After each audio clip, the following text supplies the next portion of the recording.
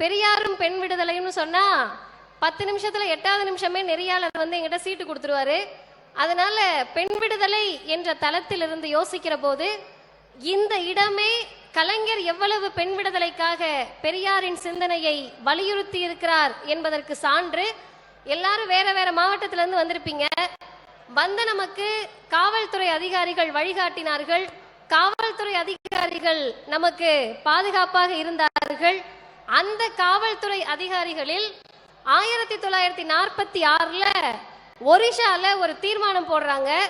மந்திரி சபை இருக்கக்கூடிய எல்லா அரசு லாக்காக்களிலும் பெண்களை நியமிக்க வேண்டும், காவல்துறையில் மட்டும் இல்லை என்று ஒரு தீர்மானம் நிறைவேற்றுகிறார்கள். அப்போது பெரியார் பதிவு செய்கிறார், ஒரிஷாவில் காவல்துறை லாக்காவில் மட்டும் பெண்கள் இல்லை என்று சொல்லி இருக்கிறார்கள். துருக்கியை போல ரஷ்யாவை போல இந்தியாவிலும் என்றைக்கு காவல்துறையில் பெண்கள் நியமிக்கப்படக்கூடிய நாள் வரும் என்று தெரியவில்லை என்று பெரியார் பேசுகிறார். 1931ல ராணுவத்திலும் காவல்துறையிலும் பெண்களை நியமிக்க வேண்டும் என்று பெரியார் தீர்மானம் போடுகிறார். 1931னா கலைஞருக்கு வயது 6 வயது இருக்கும். ஆனால் பெரியாருக்கு தெரியாது, 6 வயது இருக்கக்கூடிய கலைஞர் தான் பின்னாட்களில் முதலமைச்சராக வந்து தமிழ்நாட்டில் இருக்கக்கூடிய பெண்களை காவல்துறையில் நியமிப்பார் என்று.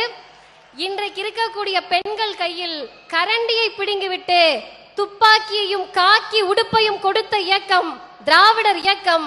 தந்தை பெரியாரின் சிந்தனை, கலைஞருடைய சட்ட வடிவம்.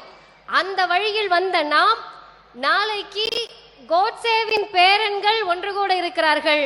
ஒரு நாளைக்கு முன்பாகவே பெரியாரின் பேரன்கள் இங்கிருந்து பாசிசத்திற்கு முடிவுரை எழுதுவதற்காக கூடியிருக்கிறோம். பாதகம் செய்பவரை கண்டால் நாம் பயங்கொள்ளலாகாது பாப்பா, மோதி மிதித்து விடு பாப்பா, அவர் முகத்தில் உமிழ்ந்து விடு பாப்பா. அண்மை செய்திகளை உடனுக்குடன் தெரிந்து கொள்ள இணைந்திருங்கள் இயம்நாடு தொலைக்காட்சியுடன்.